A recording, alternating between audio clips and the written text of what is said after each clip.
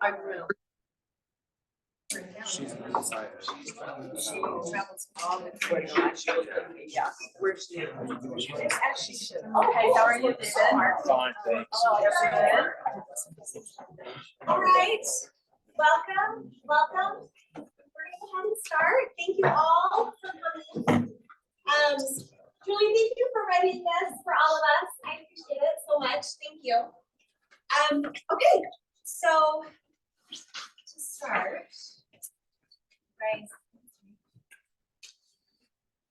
Why does it say, it says January 9th at the top of this agenda that I just passed out to you guys. I think I might have printed.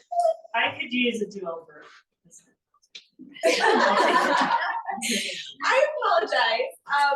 Everybody cross that out and make that correction. It is not January 9th. But I think the rest of it is as it should be. So I apologize. Today is about March 12th. And yes, here we are, March 12th. My apologies. Okay, so welcome. I'm so glad that you guys are all here. I put out a sign up. I didn't see, I don't know, I'm unaware of any public comment that needs to be made. There's none on there. There's none on there. Okay. Okay, great. So, I'll check here. Let's go ahead and approve this agenda first. We're going to change the date to March 12th.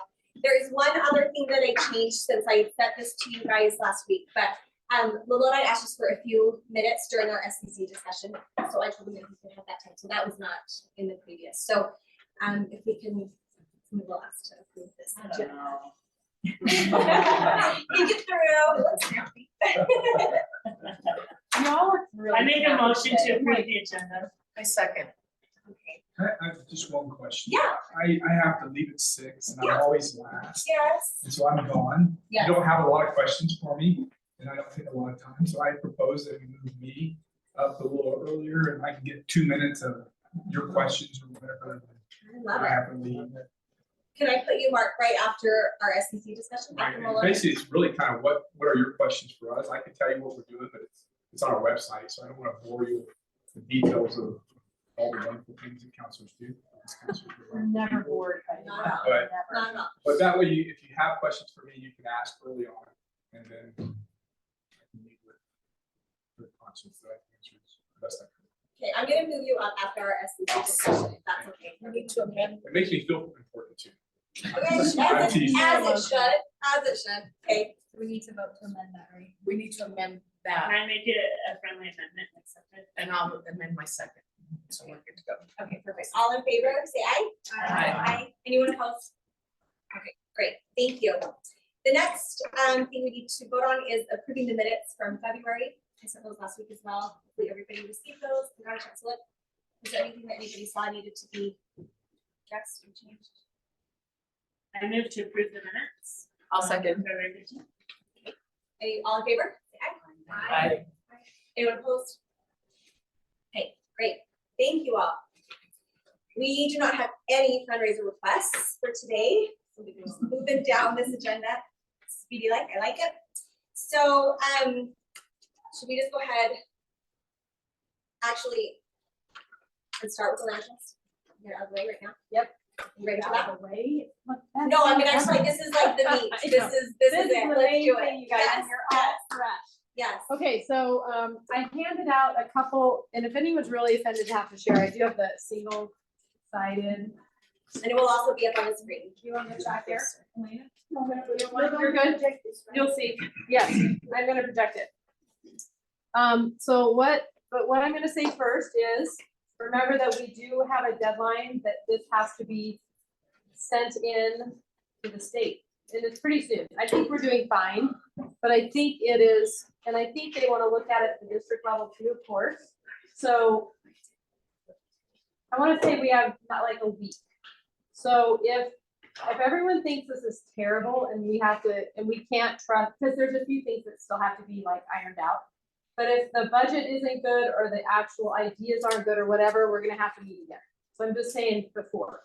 And I'm telling you now that the final number on the budget right now today is 310,000 that we are trying to allocate. I'm like, Right.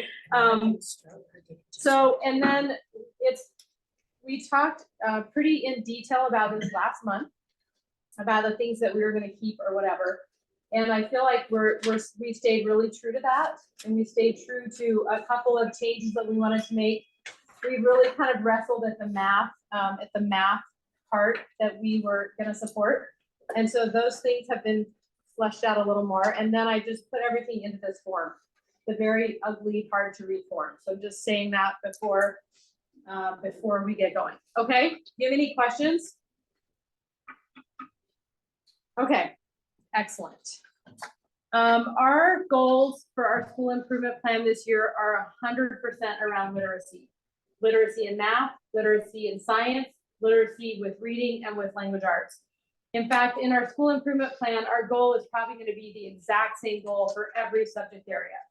And then of course, the ways that we would reach that goal in each area are a little different, but it's the same goal, which is not what we usually do.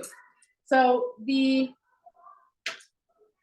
is, anyway, let's just go through it. So this is our overall goal, which is just a little updated from the last several years.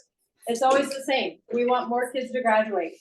We want them to start here, we want them to finish here, and we want them to graduate and be ready for other things. So that's the same goal. The data is a little different, so we'll get to that. So the way Land Trust works, if you're new to this, is like here, we have a goal. It's the state goal, kind of the overarching.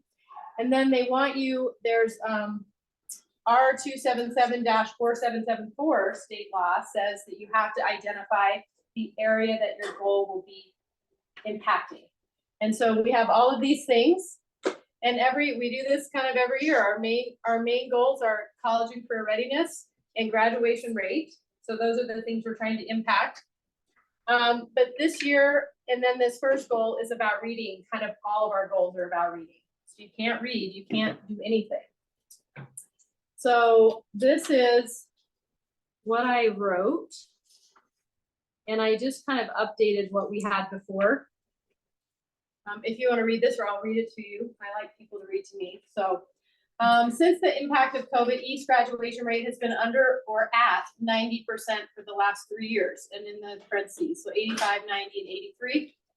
In 2023, the graduation rate was 88%, and I checked all these with the state site, okay? Although we are gaining on our goal, we believe that continuing efforts from last year and a stronger emphasis on reading is necessary to further impact our graduation rate. So that's kind of our statement of what we believe. Proficiency rates in English language arts, math, and reading were less than expected. ELL students learning English, were 2% proficient in math, 4% proficient in reading, and 2% proficient in language arts on the Aspire Plus test, I guess I should say, given at the end of 2023. Scores for all students need to improve. Just for a reminder, proficiency is up here. The student starts here, and we have they show a lot of growth. That's a whole different measure for the state and district that we really honor. So students growing is really exciting. And you'll remember that we are we're in the exemplary category with growth the last 2 or 3 years. But getting all the way to being proficient on a test is very different. But that is what is looked at the state level also. So, and our target groups, so going on, TSI targeted groups have been added from state level calculations. These groups are not performing as well as they should, and include ELL students, students with disabilities, and Pacific Islander students. These students will be targeted for reading support and for other academic interventions. The numbers of identified students being impacted by interventions to be described below will increase 25% by May of 2025. All of this data leads us to believe that an emphasis on reading across all curricular levels will make up our goals for the 24-25 school year. So reading. So that's just trying to give just a background for whoever would read this on what we're thinking about and the data that we had up last time. Those are all things that impact this. Everyone with me? Okay. Then they have a big, huge thing with sample stuff, which we're not going to look at. So then we go down. So our first reading goal. So without all that thing and saying that we want to impact reading, these are our action steps when we try to impact reading. So we are going to use, and this is the language goal from the school improvement plan. So it's worded a little differently. Use of daily evidence-based reading protocols and text-dependent language routines will increase to 20% of all class time, which is 18 minutes of each 90-minute class, so 72 minutes of focused disciplinary literacy instruction. That should probably say per week. This is the reading and language goal for all areas of East. This is a big stretch goal for us. To have this percentage of time spent with a text that's specific to a lesson, to a subject area, and to use that text to show learning and to show growth in your language and in your reading, and then also to understand math or science or whatever. This is a big stretchy goal for us. The way we're going to start looking at that, and so this is all of our goals, but for land trust part, we are going to, can you guys read this even? We're going to pay for a highly trained reading teacher, 1.0 FTE, to support reading through the building, which is, and this is a continuation of last year. A transition counselor, 0.50 FTE, will be supported to assist 9th grade students in successfully transitioning to East High School and ensuring that they are receiving a schedule that includes necessary supports. The student starts 9th grade and they're not very successful, they don't transition well, they're not in the right classes, someone didn't look at their data, it's going to be harder for them to do what we need them to do by the time they're seniors. School-wide efforts assisted by an outside consultant group will be focused on reading across all curricular levels. And that is a cost paid through the state, but I thought it was important to put it in because it's going to hopefully tie all this together. School-wide efforts will occur to encourage students to practice reading at home. This is a new thing that we're just adding with discussion from our reading teachers, from looking at this goal, and students need to read more. All students, all of us, not on a screen, on a book, on a paper. So that's not necessarily something we want to have to spend money on, but if we figure if it's a push, if we have Instagram ads, if we do Facebook stuff, if we reward students for showing us reading logs, I mean, it works in 3rd grade, why can't it work in high school? So you can get cool stuff when you do reading logs. Anyone with elementary school kids, do they still do that? Yep. They do? Okay, excellent. So and then this line of salary has all of the salaries in it because every time I tried to add another line, it erased it. So that's why it has $300,000 in there. So it's the four salaries and some AP training that we talked about. So I'm just saying why that's weird like that. Yes. So can that eventually be broken out or? Yeah, I broke it out on the lines with the person. Okay. And that's how we had done it last year. And Erin reminded me that we hadn't done that. So we actually got that filled in. So yeah, it's split up. And so there's two amounts here and they're still kind of rough estimates, but it works for now. Sorry, so that was 110 for reading, 70 for transition counselor. And that's benefits and everything, like there's a ton of stuff. And then what's the halftime band? Yeah, we're getting down to the other ones. Oh, okay. So these two are just first. Gotcha. Okay. Thanks for staying with me. Here's our music goal next. So we're going to continue to build the band and orchestra program at East and maintain 15 to 20 students per class during this coming up school year. This effort has been hampered by staffing reductions and staff turnover. Students who participate in music programs at East High School will report higher levels of school satisfaction and will show improved attendance over the 24-25 school year. Students' individual test scores can be analyzed to see growth or to see increased, okay, that's a typo, so I can't read that, in growth or proficiency, which our SCC anticipates will occur. So that's kind of a follow-up of the statement we made last year that students doing music do better in school. Their brains develop better. They can show some other outcomes. Will you remind me to fix that? Remind me of any weird typos. Yeah.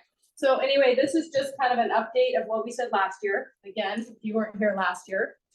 And then we picked the priority area, the same state law. So we picked fine arts as the impact area.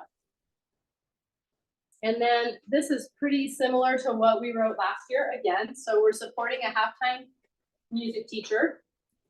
And then the school pays the other half, just making sure people understand. The music program will grow to at least 25 students a class. So last year we had a little lower. We wanted so many students to be in it. I think we can stretch. It's another stretch goal. Students will be surveyed twice a year to measure increases in their school satisfaction. And the band teacher is doing that right now. He was writing questions and having people look at it, just very kind of informally, but to see what students are thinking. You know, he had some good questions. So I think he's been doing that. And then students will show improved or ongoing satisfactory attendance. That would be a hope. And looking at their test scores is a little more complicated, but it's doable, especially for a small group. Okay, any questions on that? And again, the price, the amount of money that would be supporting that person is in parentheses. So you guys can all add it up and we'll make sure it's right. And then some action steps would be to continue to advertise classes to all students at East High School and to the feeder middle schools, which he is working on already. And they, like a lot of the teachers doing electives, made really cool posters and stuff that they had all around the school when it was time for students to register. Yes. I think we also maybe talked about adding elementary schools as far as outreach goes, even if it was just for concerts or, you know, did we talk about elementary school outreach too? I don't remember, but it is. We could do. No, but we could probably, I think this is more of an organic thing. A good music person plans these things anyway. Because before I even told him about like that we were looking at him going to middle schools, he goes once or twice a month to Glendale to work with their band teacher and has already been really invested in that school. And so before I even said anything to him, so I think it'll be good. It's snowing outside. It looks like it's snowing outside, or it's snow. Okay, I'm sorry. All of a sudden I just went, oh no, snow. We want that program to provide a rich learning environment for students, and we're going to survey them twice a year. So those are just kind of very simple action steps that I feel like our person is already doing. And if people didn't see, you're going to educate counselors on. Oh yeah, educate counselors on correct students. Yeah, because we have a hard time when we're doing the schedule every year to understand where the beginning band kids are, where the like which ones do they have to like actually try out for? So all of those things are going to be So more the course clear, right? catalog is a wonderful place to place scope and sequence of things. And so we have a course catalog. It's posted on our website. You can see it. I can see it. So anybody can go there and look at it and say, well, I don't know which one of my students is going to be in. So that's our go-to document. And our band teacher has helped to update the descriptions of the classes so that it's more intuitive, as it didn't used to be. Any questions on that one? So just updating what we've done. One is support another year. Let's see. This is the exact same goal that will be in the school improvement plan for math, science, reading, language arts. The same thing. So for our math goal, because there's different ways to reach that goal for each area, but it is the same goal, that you're using a text that has to do with your content area to drive your instruction. And so kids understand. They can't take a test and do well if they don't understand the text that matches the area. Cannot say that enough times. It's crazy. So anyway, this is our math goal. They're kind of in a weird order, but this is just kind of what happened. Some relevant stuff. Why is this a critical need from Land Trust? So during the 24-25 school year, East High School will provide lower class sizes for freshmen and sophomores to better assist all students, including TSI identified groups, to achieve higher proficiency on the end of year state test. Class sizes are set at 24 to 26 students per class in 9th grade and 28 to 30 students in 10th grade. And that is already built into our schedule. That is not something that we have to press from the Land Trust end. That is a school-based decision that SIC already approved. This measure can be checked and reported to the Land Trust board, like later. It can be here's our classes and here's how many kids. And that's a really easy thing for us to do. The newly adopted 23-24 math curriculum includes embedded math language routines to build mathematics academic language. So the texts that are identified already are doing that, but it's hard to make it happen. Would you guys agree with that? Math teachers in the back there. Math teachers will participate in summer and school year opportunities to write checkpoints, which are part of their language thing, and will gain skills in building academic language, which also builds higher level thinking to impact student outcomes. Remember, higher level thinking was a lot of our main goal last year.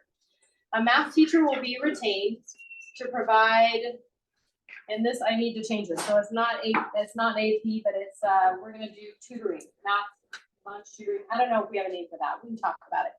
So our teacher that's gonna be retained, half-time, will be some things that are important, not only to the math department, but to us. And then the rest of the classes will be like where the math department decides needs to be class size reduction or extra support.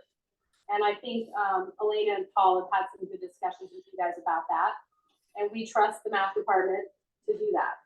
But our very cool and new idea is to have a teacher that their third period, not every day, but maybe once every other day, like on A days, third period will be math tutoring in the library, an intensive, well advertised, not in a room where kids don't know where to go. Like part of our worry as a group last meeting was that the tutoring we had before and after school, a lot of times kids aren't aware, they can't come, they don't know where it is. Like it's this whole mess of confusion. So our idea was to like have a big sandwich board in the hall, math tutoring open, come in, and to have it somewhere obvious. So would that be a class that they are scheduled into, or? No. Because it's, you said third period? Yep, so it'll cover both lunches. So it'll be math Oh. tutoring during both lunches. Because what do we think of the idea of having it like as a class? Like, isn't that what Skyline Like a does? math lab. They like pull kids out that are struggling and it's part of their class schedule. I know that we used to have classes like that a long time ago, and I think at East and even at West and other high schools, it didn't feel like it was having the impact that we wanted. Plus, it acts like it takes another class period away from a student who really needs an elective, or they need an art class, or they need music or whatever. So I think that the math department will still do some before and after school tutoring because that makes sense for a lot of students. But to be able to say, we are committed to you doing great work in math, and we're gonna provide some extra support in a different way. So they can bring their lunch and eat it in Yep. the library. Or well, I think we would have it here, we'll see. But yeah, come in and have tutoring. And it will be just clear, this is where it is. Yeah, Mark. It may not need to be said, but we have Gear Up that serves 600 students. And in Gear Up, they have math tutors and their English tutors and other tutors in that class. So there is a systemic way of getting into a class as it is. And Gear Up has parameters, an application to be involved in Gear Up, but that at least has the potential of supporting 600 of our students in math. And that's going on right now. That's going on for years. So. And that does target first generation kids. Right. There's some things that need to be in place for that grant to serve those students. But it is a lot of our students. But there's a lot that don't participate in Gear Up. Right. 600 to 600, there's still 1,200 more students. So. I think lunch is so much more doable. I do too. If you're here, don't go out to eat with your friends. Like go figure out your math assignment and figure out the big stuff. What are the I know I'm a bad bystander, but lots of our like student athletes and people who are involved in activities, they can't make it to after school tutoring. We're not part of Europe.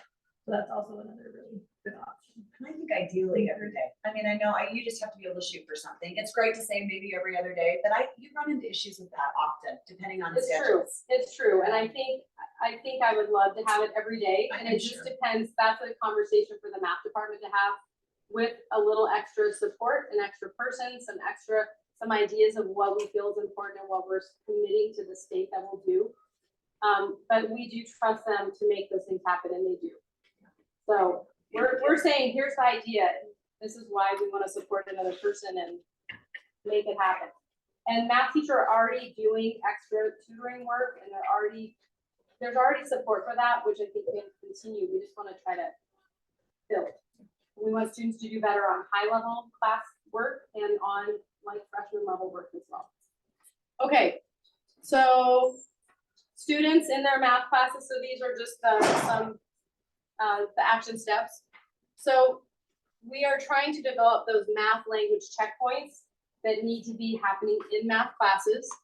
And it will show some progress as well and will help math teachers know what they need to reteach or whatever. And this we had in there last year. Hire a half-time math teacher to provide additional support for class sizes and needs of students, and there's another amount there.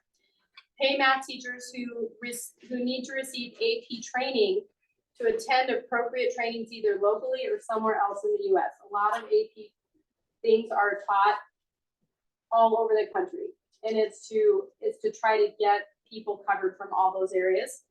And we wanted, and this may change if we don't have this amount or if we spend more this year, but the 10,000 was kind of what we thought we could say would be extra. And that was something we developed since last meeting. So that teachers can get the training they need. And they're expensive. It's expensive to get someone somewhere, but the people who go that we've sent the last couple of years have been overjoyed with how powerful it's been for them. So I do not think it's a waste of time for someone to go to professional conferences. It's really important. And then if we have a little more here or whatever, as salary stuff gets finalized for next year, which won't be until forever, July or something, then we can make some changes to that or support it more. Yeah. Do all the AP teachers need to be doing that kind of training? And if so, is it like before they start teaching it, or does there need to be continuous recertification or anything? It's not a certification, but I think when someone, in my experience, when they start an AP class in a high school or whatever, they'll go to a conference to make sure they understand what it is that they're supposed to do and understand the curriculum and understand everything. So, and it's not all the time, but I think if there was like a rotation set up, like administrators are supposed to be able to travel once every 5 years. We're not sure that actually really happens, but in theory, if we really pressed it, it'd be like, hey, it's been 10 years, I haven't gone to a conference. So, and that's something the math department too, since this is specifically AP for math, to have them look at where they are and has someone never gone to a conference, is someone just barely gone, and to work that out. Do they hold local AP conferences for all the content areas? I know they do for most of them. There are a lot of local options, but as far as I know, and someone's gonna correct me, I know, but there are some things that are only taught like this part of the country this year, this part the next year, or they may have an online thing. It just depends. But more often than not, someone needs to travel and it's expensive. So I think it's good to have in there. You guys, so that's new from last time. Are you okay with that? I think Jen last time mentioned that they may be doing something on the state level starting this summer, but she wasn't sure about the details of that. So we thought we put this in there with the master. And then, Right. And I know a lot we of may have a little more, a little less. Every summer, but I'm sure there are some that aren't. And there are other specific trainings you do have to travel for. So it just depends. I just think it's nice to hand to a department and say, we think this could be really important for you, look into it. So math people back there, I'm just saying, just see. You may come back and say, that is not really, we have everything closed, or we're gonna do something online, but if we have the funds, we'll let someone travel. Okay? Okay, so then there's the professional development line. That's basically it. So we come down here, we have 310,000 that are budgeted in those two lines. So we have one line for all the people and we have one line for some PD. And there it is. And what I was saying to the people earlier is our total amount that we've spent this year is not done yet. So I am giving it my best estimate. So that may be more or less. I think probably more. And so that'll make some changes. But when we turn this in for everyone to look at, they know that those things aren't final yet. So reading in all the building, reading teacher, math work with reading and with understanding and training. A counselor like we had last year and our music teacher like we had last year. Simple, sort of. What do you think? So what'll end up happening here is if we have one last while you're thinking about my other 5 questions that I give you a chance to answer. If there are things that like wording or whatever, or you're saying, I'm not sure, or why don't we, just like you were saying, why don't we say this or this? We can make some last changes or whatever. And then in the end, all of you on the committee get an email and you do an electronic signature before it goes to the state. And that shows everyone that's been involved, that's helped, that's had some input. And if you haven't been here before, it's what we do every year. Is there's an electronic an email that comes, please sign this, and then the state's able to look at it and call it complete. Good? Good, yay? We're really good at doing land trust plans, I think, in our school. I'm not gonna say in our district, but this is a clean, good, measurable plan that is gonna align with our other plans that we have to do. So thank you for going through this with me. Yeah. I was just going to say that, we put all of the Aspire test results behind the list there on that table there. Oh. So if people want to look and see that helps validate why we did what we did, I feel like those are there and available, and it kind of shows where we are compared to the other schools nearby, actually. Yep, and we have those last ones there. If you didn't see them, it's pretty interesting. So good.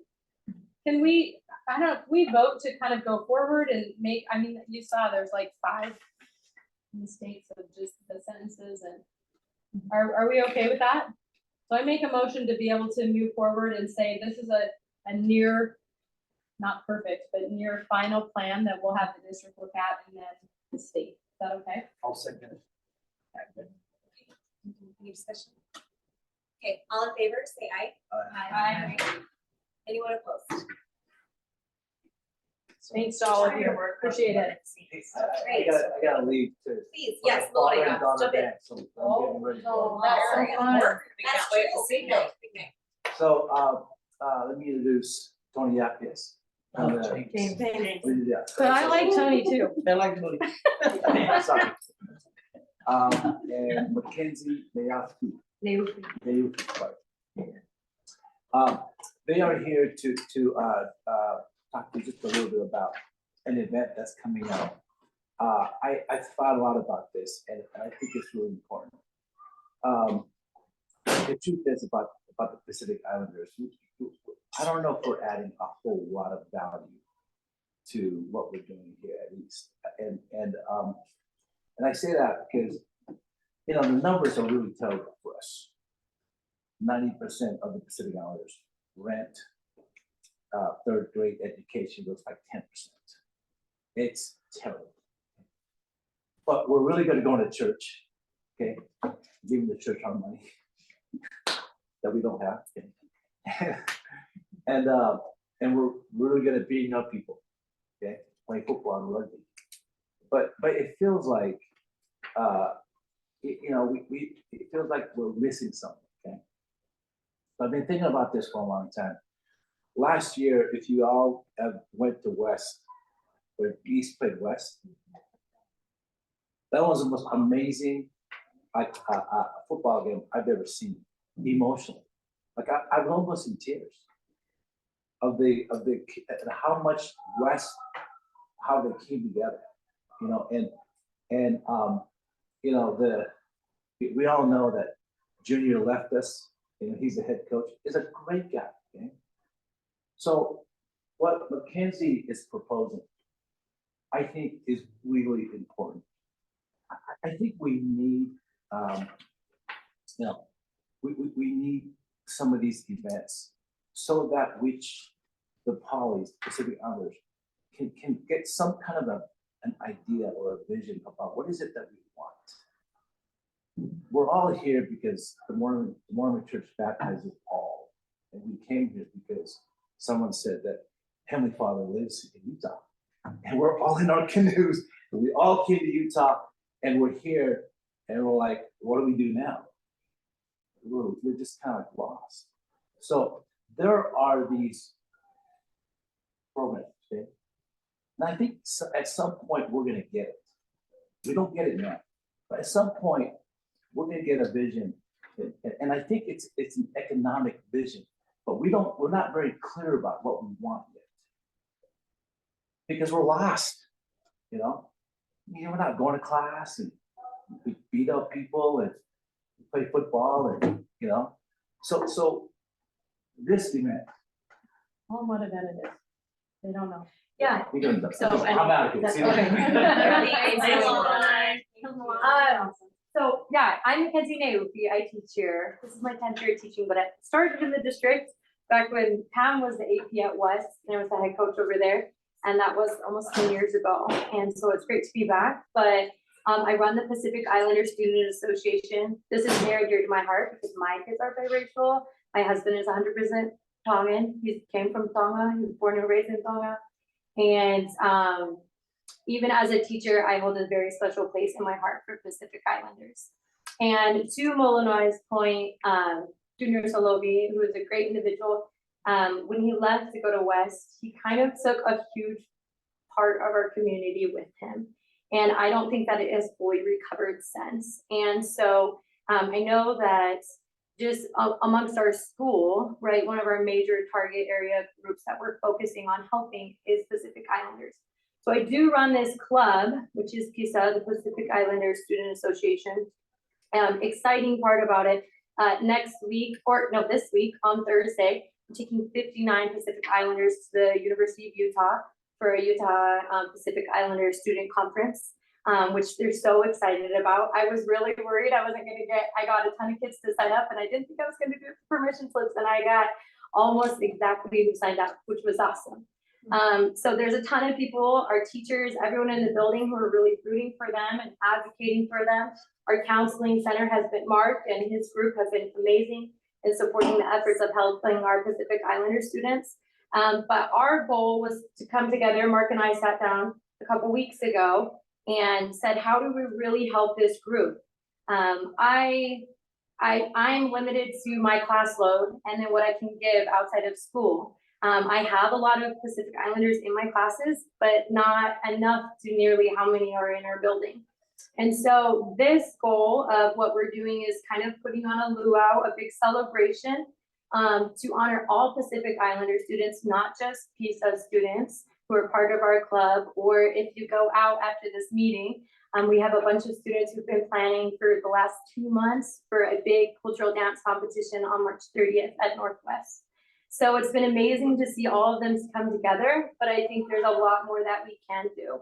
And so the whole point of this event was to celebrate the great things that Pacific Islanders are doing, to honor kids who are going to class, give some awards out. That's a big part, right? A lot of them, well, I think high school kids in general are kind of like want to be part of something, right? They are inclined to do what their friends are doing, right? So not to say followers, but everyone feels like they want to fit in. And I think that our Pacific Islander group really is having a hard time identifying where they fit in, right? In this model, they're a small minority in our demographic, but they're a huge percentage of students who really need some extra help. And so I think the biggest part we can tackle, academic growth and things like that. But if these kids don't feel like they're part of anything here at the school, then their mentality is completely different, right? I think all of us would feel that way if we didn't feel like we were part of something that would be hard to create buy-in. And so I think a community is a huge thing right now for them. And so the celebration wasn't to like go and lecture why we should go to class or why we need to go into this class and get a specific grade, but to really feel like they're part of something in a community, and to know that they are valued and that they have great strengths, and we just kind of need to help guide them and direct them. But that's not going to happen, I don't think, unless we kind of really gather around them and love and capitalize off their strengths. And so the celebration is, they're going to, on that night, also use it as a dress rehearsal. So they're gonna have a big event, it's almost 20 minutes. Fiji, Marquesas, Samoa, and Tonga, and they've been practicing for months, and so they're gonna showcase that, will be great. We invited all the family members to come. When I went to Glendale for parent-teacher conferences, I talked to lots of families to come. Didn't matter what they were involved, just come. We just want all Pacific Islanders to feel like up here at East, which is hard because most of our families live on that other side, to feel like they're part of that and to build community and support, right? We know that they have a lot of support here, but within their own people to come and feel like, yeah, school is a great place to be. And I have people here and resources here that can help. So my goal is coming here today was that, I know our school is limited on how we can allocate resources because technically it is a PISA sponsored event.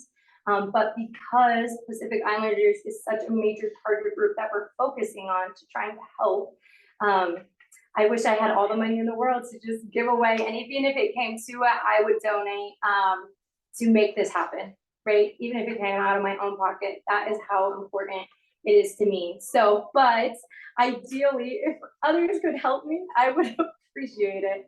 And so that was my hope, James, with you being here and any others. I know that there are a couple of different foundations within our school that have been made up. Anything helps us, but an effort to try to help put on this event, especially in terms of food. We had different caterers that we went through and got quotes from, but we wanted to have their food from their culture. We're working hard, we can decorate, and we got all the stuff to make it really nice and to embrace culture and that they can come here and feel part of that. Yes. So is this on March 30th? March 25th On the 25th? is Monday. Yep, it's a Monday. So that's different than the March. Yeah, the March 30th. 30th So is you're the saying the event, 25th. is the, yeah, it's A the school event that rehearsal. we're hoping to receive. Dinner, They'll celebration, rehearse awards. their piece with their That's parents as the audience. Yeah. to prepare for $3,500 for food for that many people. But we can cut. So one of the things that I want, and first of all, thank you. Yeah. I think having worked at Glendale Northwest, Bryant, and quite a few of the elementaries in Salt Lake, I always think of our Pacific Islander families that they bring so much to the table, especially the students. Right. And we have to start talking in terms of asset base because there are so many kids in our district that are Pacific Islanders that do so well. Right. And having said that, you know, we support all of the middle schools with their after-school program enrichment, and we do the same thing for the elementary schools. And for the high schools, we've done a number of things here at East High School to support the families and including transportation to hopefully get the students here and been able to participate in after-school programs.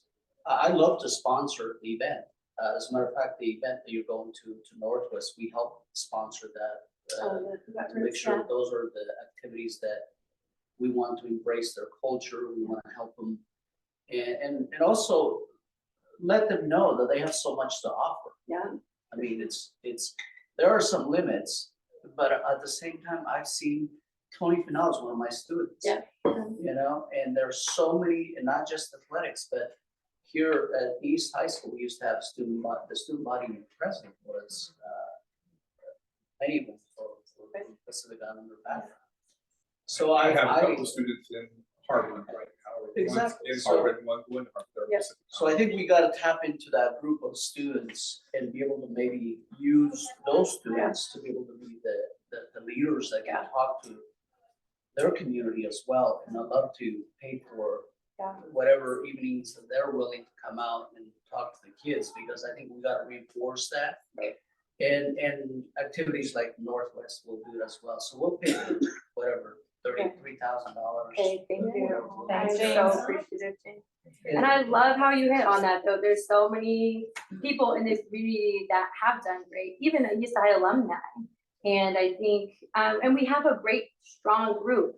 And it's just, I think, letting them be a voice. Part of our plan was to honor the people that we were rewarding, to have a panel discussion and to have it come from our students who are doing good to inspire others. There are activities like you're taking 50 students to, right? Yeah. So we pay for the bus as well, for Yeah. those activities. So that just needs to come through your principal. Yeah. We can do that multiple times in a year. Yeah.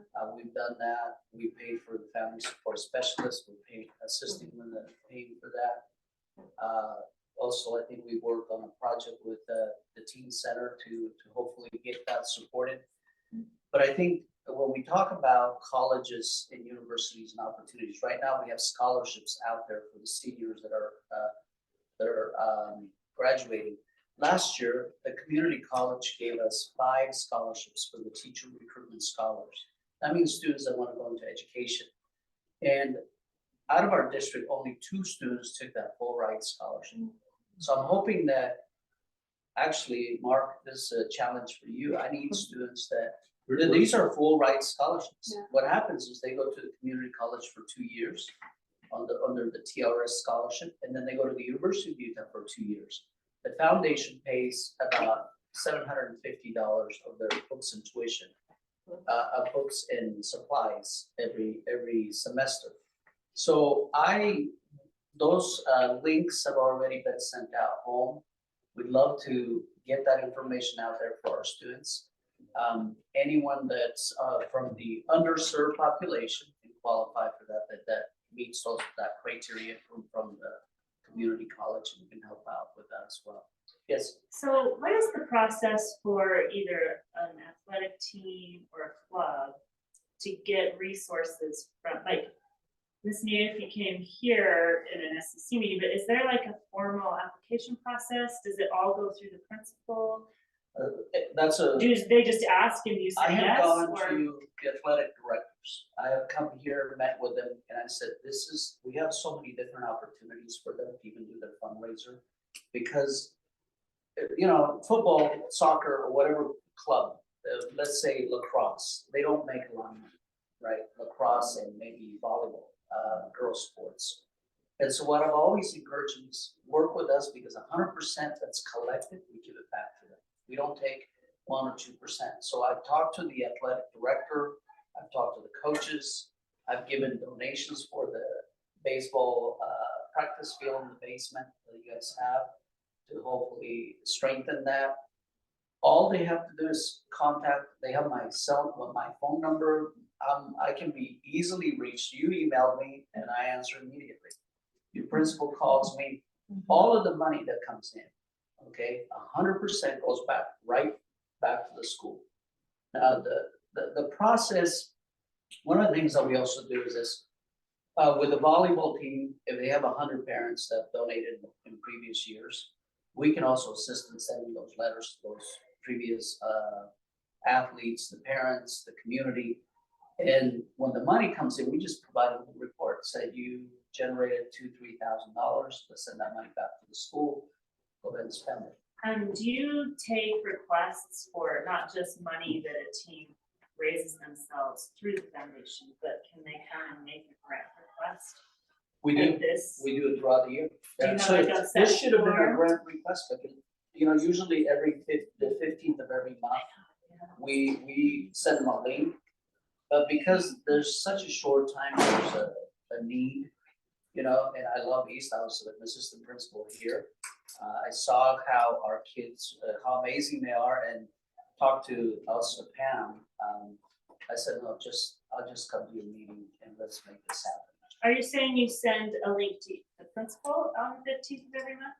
Or Anyone can apply to the foundation at any time, but I only make the decisions on the 15th of every month. Okay. Yep. But I brought some information here, contact information, what we do for you guys to share. Do you have any guidelines or parameters, like are there price limits?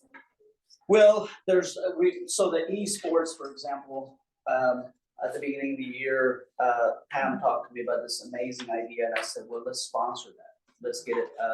Let's provide some seed money for that. So depending, sometimes we could also write grants together, depending what the need is. And so at West High School, because Marathon Petroleum is so close to West, that's where they want to go. $150,000 a year. So what we can do is I can work with the SCC, the counselor, the principal, or whatever department, and decide what grants to write. we write it that 100% of that money that comes in, it's not the foundation's money. It's, we put it back into the school. And we're audited every year anyway, so we can't just, James can't say, well, I'm gonna go to Mazatlan and spend a vacation down there. So there's a process. Can the request be academic? Absolutely. We also have, we pay for books, we pay for concurrent enrollment, kids that can't afford concurrent enrollment. I mean, that's the easiest way to get our kids to college, you know, careers to college, whatever that may be. Sometimes the students can't even afford $15 just for the concurrent enrollment. They're incredibly smart, but their parents are struggling because of the inflation. So I will pay 100% of the concurrent enrollment. It's only $15. And all they have to do is there's a link to request that. The CTE directors, the counselors know that. If they could just submit the names, we just pay it directly to that department. And what are the percentage of what you generally will match? I mean, do most people who apply get the grant? I guess that's just the question. It feels like you're saying to us, you're underutilized. You know, why are you not coming to us? I mean, it seems like you answered her question right off the bat saying, we want to help you. I guess my question is, for the most part, do you honor most requests? What is it like? What is the turnaround? Is it? Absolutely. I think what we do, what we prefer is a lot of planning. Just like you guys went through your land trust. You know, so if you're planning for next year, I encourage you to say, James, let's write a grant together and let's put 100,000 here for certain activities that you guys need, whether it's academic, enrichment, tutoring, you know, equipment, you know, even, you know, the basketball team or the girls sports, sometimes they have limited resources because of the cost. So we're willing to do that, but I think with careful planning, working with maybe members of the committee, we can report to you guys, say, hey, we were able to go out and get 2 or 3 different grants to support the school. Here's the funding. But typically we work directly with the principal. Once we get the money, it goes right into the foundation account. We transfer the money to the school and that's how it's spent. But So the accountability is just then we need to make sure we're following up by going to the school, speaking with the treasurer. I'm sure Pam doesn't want us, I'm just interested in knowing, is that the trail? well, all of go ahead and ask your question I because that guess one part. on You're just the- saying that you work directly with Pam, so you'll work directly with the school. So I'm just wondering where the accountability, so say that we've written a grant together, so then am I going to the treasurer and saying, has SLEP given us this money, $10,000 Yes. for volleyball Yes. improvements? in the So re- I need to be corresponding with the treasurer, not necessarily the principal who's probably busy doing other things, but.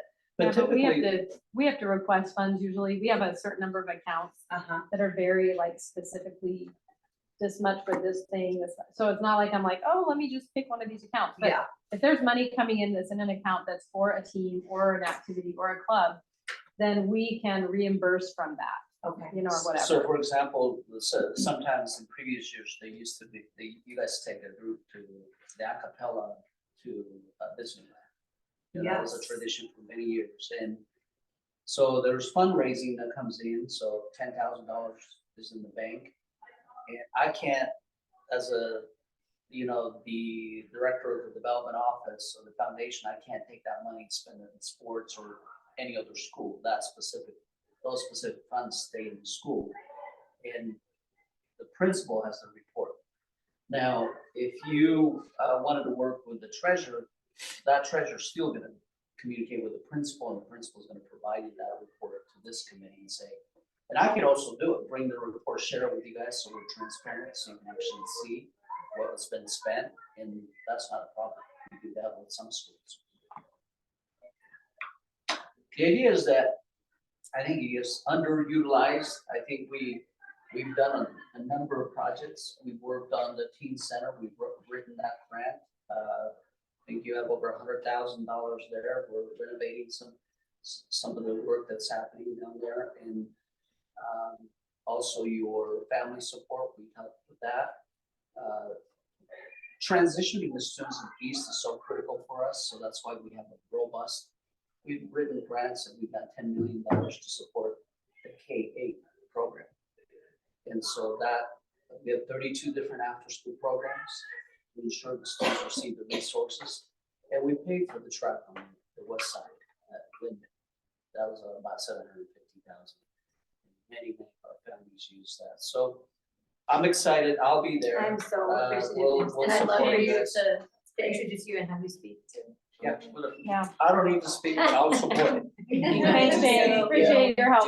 We'll follow up with you. For coming. I think for me, I've been through elementary school, middle school, and high school, and SLEP kind of has a cloud of mystery around it a little bit. I mean, I know we met on Teen Center, Yeah. which was awesome, but like hearing what you're saying, I'm like, wow, I have never heard that before. That's incredible. Like, I would love maybe like at the beginning of the year, like an SCC, you know, kind of, here's how SLEP works, here's where our private funds come in, this is where you come in with teams and clubs, you know, and just kind of understanding a little bit better how SLEP works with the schools and the community.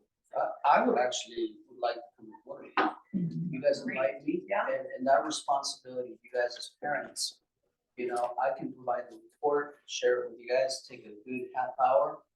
And where we're failing, let us know. I appreciate you sharing that in previous years, there was this cloud of misunderstandings, and I'm sorry, I'm about all the kids, every kid that we provide the services, the challenges that they face.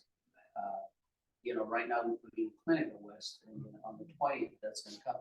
Every athlete that cannot, is not able to get their physicals done, will be done.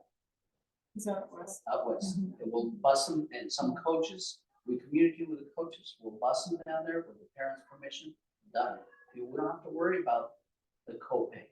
It's automatically taken care of.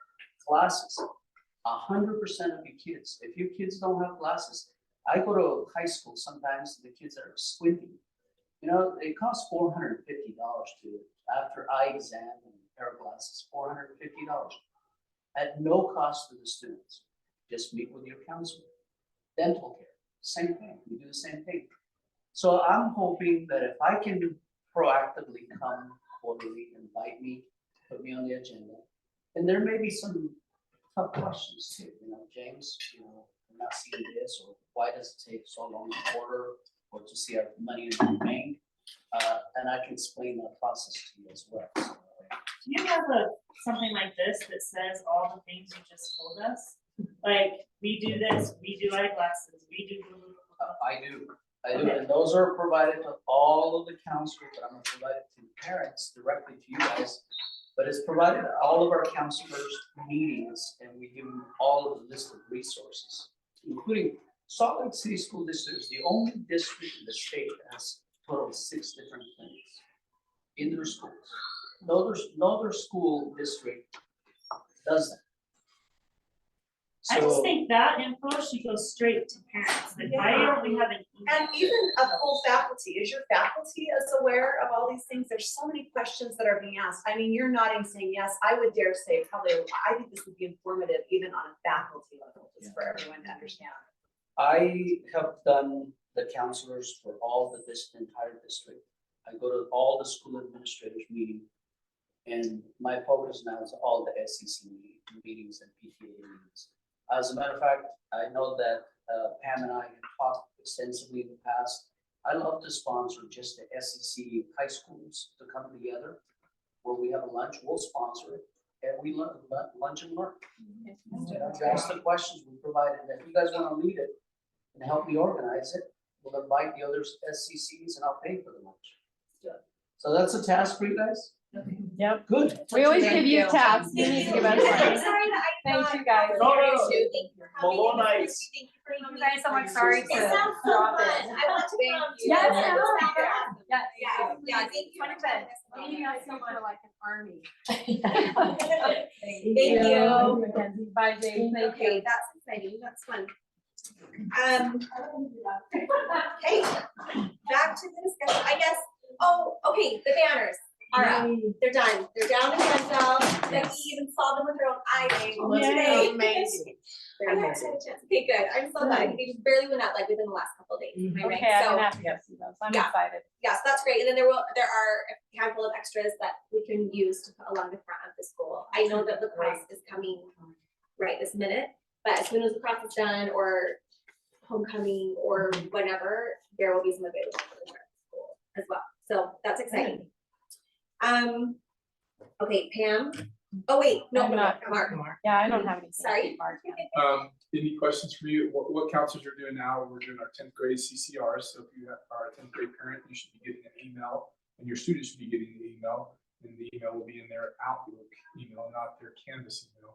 And so encourage your students to check their school email, the Outlook one. If they go to our website, and they go under students, there's students portal, parent portal for Power School, and then underneath there, it says Outlook email. That's where we send our invitations to.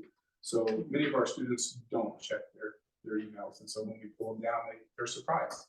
But if you keep your, as parents, if you keep your emails current, then you should be getting emails from us saying, hey, we've scheduled your CCR for this time frame. If that doesn't work for you, please call our receptionist and we'll change it to a time that will work for you. So 10th grade now, we've already done our 12th grade and our 11th grade. Cassie will be starting our 9th grade ones here. I think she's starting right now. And so that's what we're up to. Any questions on that? You're awesome. Awesome. Thank you. Yep. Thank you. Okay, Pam didn't have anything. Like, No, that was our unless anyone report. has a question, Any questions? kind of Okay. talk forever. You guys are probably good. Not Not really anymore. Okay, Lynette was not able to come today. I don't know. Okay, great. Yes, I can brief you on the two things for the next. The first one is the self-help plan.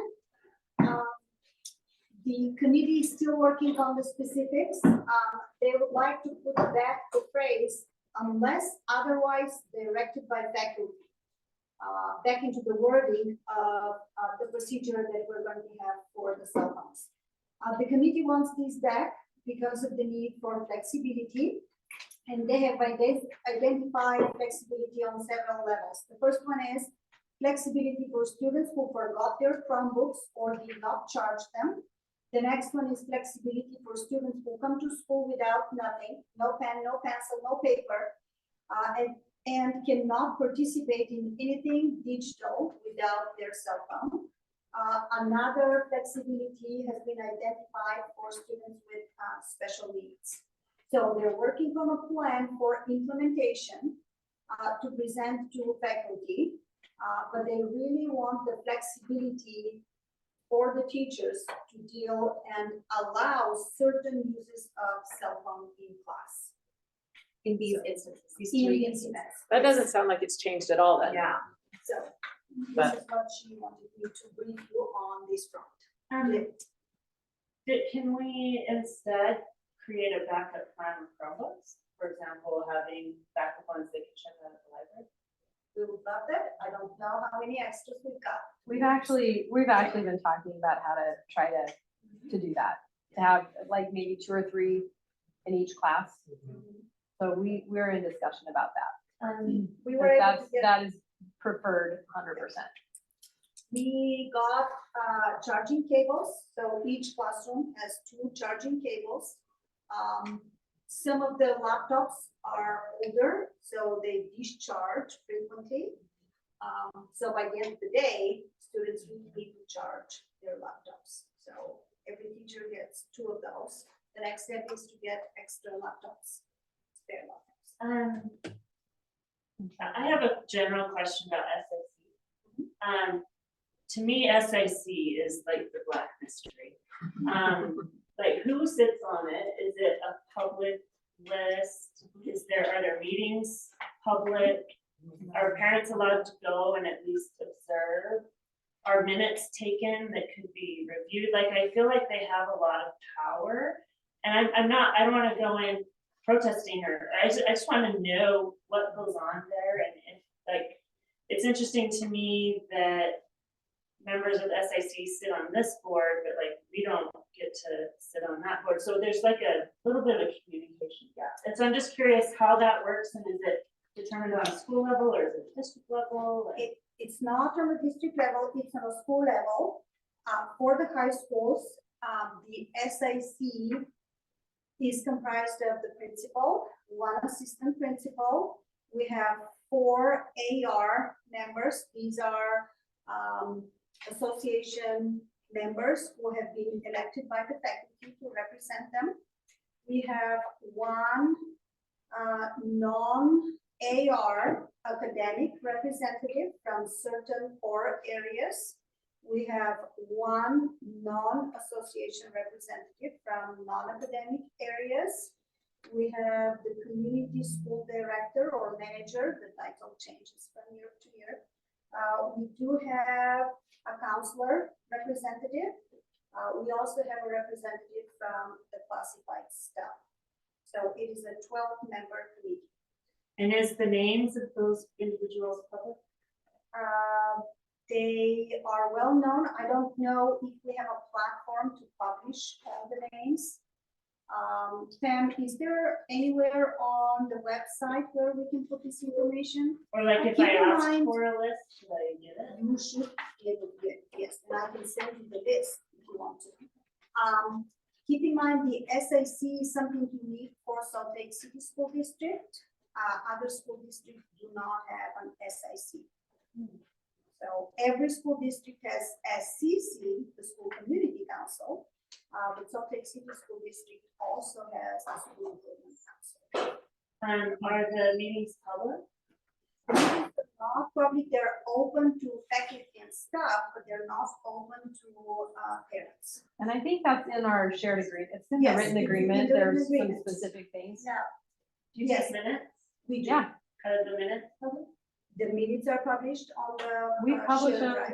drive. I don't know where they are though. I On mean, the shared drive. so the shared drive is something that's accessible to everyone in the, The School. reason, School, but not- sometimes SIC discusses matters that are in-house.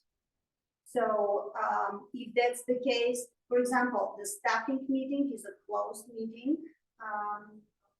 Faculty members are not allowed. It is strictly for SIC members. So there's When we parts look of at the budget. meeting that are not open to all faculty and then. Correct. But would it be something that either the school or the district would be open to allowing parents to come to the public portion of it? It has never happened. Yeah, it is never. Because I'll say one of my frustrations is we've had these differences of opinion about the cell phone policy. And I reached out to Lynette and asked, like, who are the teachers that are so bothered by what we're asking for? Like, can we get in a room together and like talk? And the answer was I won't disclose those names because they don't want to be targeted. And I feel frustrated because I feel like if you are being vested with one as an elected official because they're elected by a faculty, and you have way more power than we do to make these decisions, I feel like you should at a minimum back up your decisions by allowing us to talk to you. And so I feel frustrated. that- You are more than welcome to talk to the ARs. These are the elected people. But these are not necessarily the people who oppose the cell phone policy. So we as ARs will preserve the identity of the teachers who have really strong opinions on the subject. So they may More not than be wel- on the SAC. Correct, Right. correct. However, the SIC is who actually votes. Ultimately, the faculty will vote. So Yeah. the SAC makes recommendations, but the faculty votes on those. Which The makes- SAC actually has very limited power on the decision making. The faculty makes the decisions. And they must approve it by a 2/3 vote. Absolutely. And that's decided at the beginning of the school year what the threshold will be. and that's in the written agreement too. And that can change every year. Correct. Could be majority, could be. So who 2/3. determines the vote threshold? The whole faculty. Every year we vote at the beginning of the year what the threshold will be for this particular school year. I'm gonna step out and say that I would be willing to invite a person from SCC to come and speak at a faculty meeting. We have other people that come, we have nurses that come, we have people in the community that come. I think it would be absolutely appropriate to have someone come and speak, and maybe just the similar things that we're working on, what the kinds of things we've been doing with land trust and how passionate we're feeling, cell phones, because I really do think most of the faculty want a lot more strict cell phone policy. It's not that people are against it, they just want that flexibility, but I think it would be good to have someone in the committee, where did, oh, she left, to come and speak to the faculty. I think that would be fine. I think I have the right to invite someone. It's my meeting. So it's not an SIC meeting, it's a faculty meeting, but I think that's the more important place to come. So let's talk about that later. I just wanted to ask, actually add to that. First of all, I'm really glad that that sentence is back, because to me, to just throw a blanket statement on something that we're still working on, and like that has so many wrinkles, it's made good makes sense. So thank you for bringing that up. But second, I wanted to know, do you guys have a plan for, in case of an emergency, for each student to have their cell phone bag? Because safety to me is above education. I want to know what my child is. Exactly. Do you guys have a plan? We do not have a plan yet, but this is one of the things that we're working on. To be able to implement the procedure, we need to identify every single step, and we need to identify different scenarios. What do we do if there is a fire drill? And what do we do if there's something else? If the cell phones are at a certain area in the classroom, who's going to pick up the cell phones? How are we going to move from one place in the building to outside and so on? So these are the kinds of things that we need to work out before we put the procedure in place. So I make one recommendation or suggestion. First of all, for the desire for flexibility, will the qualifications for flexibility be outlined as you said? They Up to assume teacher for- discretion in these scenarios, or, okay. And so my one question is, or suggestion is, as you kind of think through the details, I could see students always not having a Chromebook charged because they want to bring their cell phone. Like, it might be helpful to consider, like, okay, if it happens this many times, maybe that isn't an option anymore, or things like that. Can I ask a quick question? I'm the one who always asks this. So now what? Because I do feel that this has been taken out of the hands of the SCC and has been essentially kind of filibustered for the entire school year, and we haven't been able to. For longer than that, like this is. Yeah, for Oh, a year. This is our second year of Second this year. back and forth. And I feel like we're at that point, you know, we're just kind of at a draw, we can't quite get there. I think maybe having a small group from SCC, maybe it's not just one, maybe it's 2 or 3, that can come to SIC and maybe talk it through is helpful, but after I do today, too. like what is going to happen now? Because every month we have the same situation. I just want to clarify, the SIC as a committee is not working on this. We do have a subcommittee who meets regularly to work on the plan. So I believe you're more than welcome to attend the committee that will develop the plan that will be presented to SIC and then to the faculty.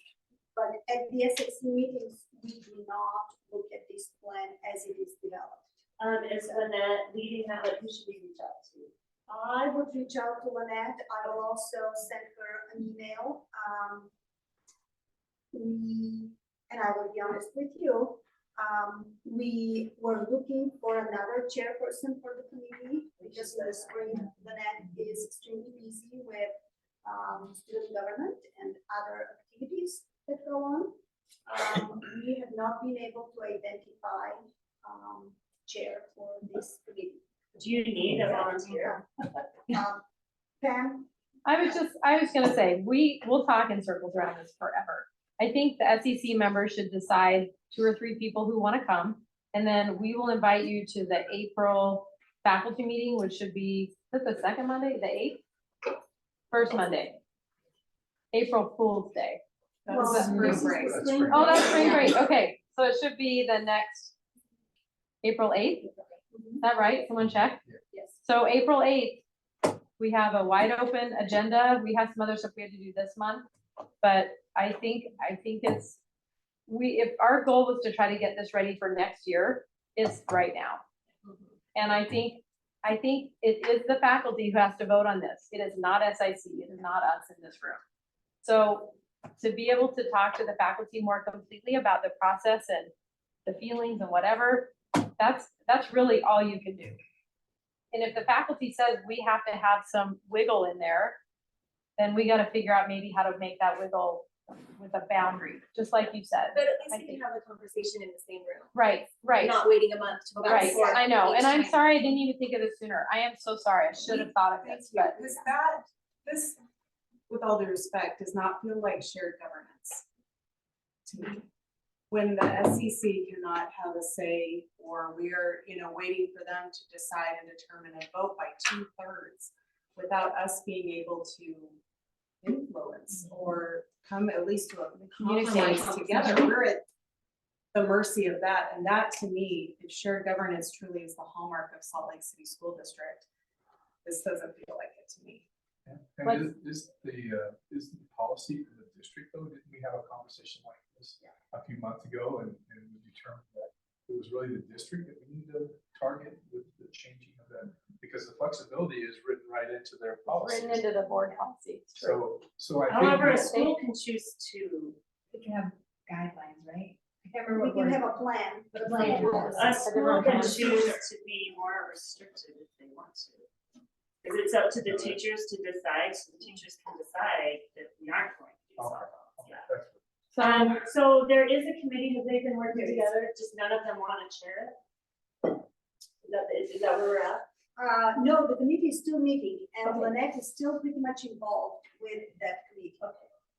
So right now their meetings are all on hold? No, they're still meeting, and they're looking at, as I said, they're looking at, the devil is in the details. We need to know what is a teacher to do in certain specific situations. Without that, the teachers will not be able to vote. So we just reach out to Lynette, she'll tell us when the next meeting is scheduled for, and hopefully somebody on that group will. But I think volunteer. I think the faculty meeting thing is much faster and more powerful. Well, I think that's great too, but Yeah. it sounds like it's the But in terms of committee details, that's doing the details, yeah. I'm sure the committee will appreciate any help they can get in terms of ironing out details. So we'll try to, So- yeah, Yeah. Okay, okay, I'll reach out to them. so just decide who's gonna come on the 8th, and, yeah. Okay, we need to finish up, people. Not to hurry us, but I do want to hurry us. Okay. Ladies, do you have any other? For SBO, the update is the student week is coming, March 25th till 29th. We encourage the students to participate. I believe the dress up days are published already online, so we're looking forward to that right before our spring break. Great. From Lynette. Great. Do you have any SIC? Other information to check? If you have any questions, I'm here to answer your questions. And again, I'm here to report to you. I'm not here as a voting member. So, yes, if you have any questions, here I am. Thank you. Thank you for bringing the next report as well. I appreciate that. Thank you. Yeah, thank you. Okay. I'll be Sarah. super quick. Hey, upcoming, we're just helping student government with prom doing their drink station. They're expecting a really good turnout for prom. And then moving into senior activities and helping with all of that upcoming in May. We've been doing a lot of past things too, some teacher appreciation cookie exchanges. We had tons of parents volunteer to bring cookies for that. And I think the staff loved it. We got a lot of thank yous from them. And then the spring teacher conference meals and our service project, Kindness Rocks, on Valentine's with the students was great. The other big news is just that we did elect the board for next year. So Shannon Friedman will be president and Kristen McGinn will be president-elect. And then we'll be working on filling committee chairs. Awesome. Yeah. Good job. Good job. Good job. Okay. Any other additional business that anybody wants to? Okay, I feel like we did a lot. Good job. Oh, I'm sorry, Sarah. No, are we ever gonna change the sign that we have, like the hello sign? Yes, in theory. My guy who does signs has had a pretty major surgery. He's been out for a while. And I have never had you come and tell me how it should look. So I need you to actually tell me or tell him how the letters were wrong or reversed or whatever. So will you do that or come and show me? Yeah, I mean, it's literally just mirror image. They're not connected. So it took me a while to know what it is. Okay. So I mean, we just pick it up, even though. This is it. Because now I only know about 3 letters. Now I don't even know about the other ones. I mean, the other ones are mirror image too. What sign? The hello hello sign. sign, the red one. It's in Like about. the comments in the middle. Yeah. Has a I mean, lot it's of supposed to languages. be welcome, but it's not welcoming when you can't even get the words right. Okay. That's good, that's a good direction. Thank you for It is, I bringing just that up. have to know how to. Okay, all right, well, then you wanna make it, our next meeting will be next month, April 9th, Tuesday, in Glenda. Okay? I move that we adjourn this meeting.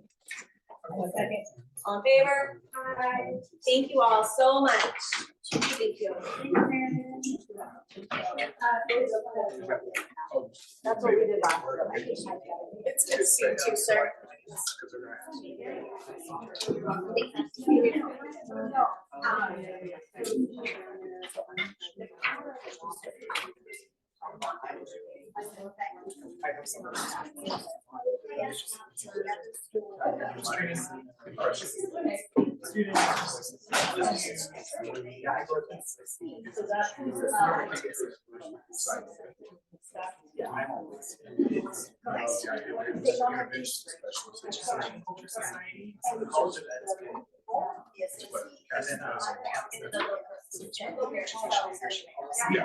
Yeah, so it's all know. Talked about. So we want to transition because it was just coming. My memory. Just. Transition. Sort of frustrating, but that was great. I care a ton.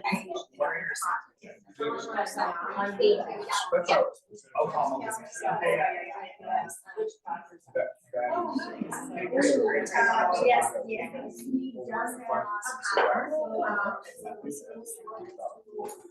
What's his last name? It's actually CCR, so I think. That's a great plan. Yes. Right. Bigger. What it is. We senior. Sure. What is the title? Intervention specialist.